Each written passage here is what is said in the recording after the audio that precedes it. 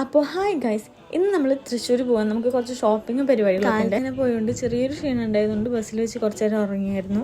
അത് കഴിഞ്ഞ് നമുക്ക് വിശന്നപ്പോൾ നമ്മൾ ഇന്ത്യൻ കോഫി ഹൗസിൽ നിന്ന് ചായയും കട്ട്ലറ്റും മേടിച്ച് കഴിച്ചു. പിന്നെ അവിടെ നമ്മൾ നേരെ ഊബർ വിളിച്ചിട്ട് സ്റ്റുഡിയോയിലേക്കാണ് പോയത്. നമ്മൾ തൃശ്ശൂരുള്ള സ്റ്റുഡിയോയിലേക്കാണ് നമ്മൾ പോയത്. സ്റ്റുഡിയോയിൽ പോയിട്ട് നമ്മൾ കുറേ ട്രൈ ഒക്കെ ചെയ്തു, പക്ഷേ നമുക്ക് പറ്റിയ ലിപ്സ്റ്റിക് ഒന്നും കിട്ടിയിട്ടുണ്ടായിരുന്നില്ല. അപ്പോൾ നമുക്കതൊന്നും ഇഷ്ടപ്പെട്ടിട്ടുണ്ടായിരുന്നില്ല. അപ്പോൾ അതിന് ക്യാമറ കണ്ടു കഴിഞ്ഞാൽ കുറച്ച് ഷോ ഇടണം കേട്ടോ. ആ ഒരു ഷോയാണ് നിങ്ങളിപ്പോൾ കണ്ടുകൊണ്ടിരിക്കുന്നത്. പിന്നെ കുറേ നേരത്തെ അന്വേഷണത്തിന് ശേഷം നമ്മൾ കുറച്ച് സാധനങ്ങളൊക്കെ അവിടെ നിന്ന് മേടിച്ചു. അവിടെ നിന്ന് മേടിച്ചത് മതിയാവേണ്ടി നമ്മൾ നേരെ പോയത് സൈനപ്പിലേക്കാണ്. സൈനപ്പിൽ പോയിട്ട് നമ്മൾ കുറച്ച് വേറെ ഡ്രസ്സുകൾ, പിന്നെ അവിടെ നമ്മൾ ബില്ലൊക്കെ പേ ചെയ്ത് ഇറങ്ങിയപ്പോഴേക്കും ഒരു ഉച്ച നേരമായിരുന്നു. അപ്പോൾ നമ്മൾ തൊട്ടടുത്ത കടയിൽ നിന്ന് ബിരിയാണി മേടിച്ച് കഴിച്ചു. നല്ല ബിരിയാണി ആയിരുന്നു കേട്ടോ.